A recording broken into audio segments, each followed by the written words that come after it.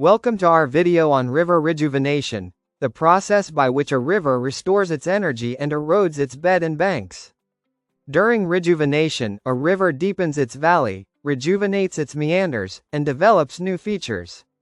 Over time, a river may become rejuvenated due to tectonic uplift or a drop in sea level.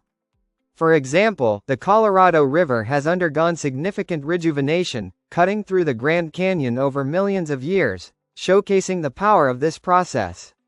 River rejuvenation typically involves increased erosion, transportation of sediments, and deposition of material downstream.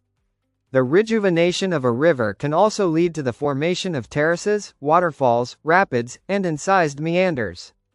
Rivers can rejuvenate due to changes in base level, which affects the balance between erosion and deposition.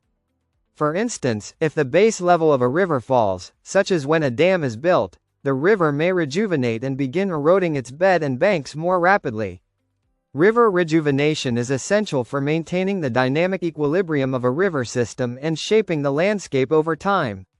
In summary, river rejuvenation is a natural process through which a river restores its erosional power, reshaping its course and creating new landforms.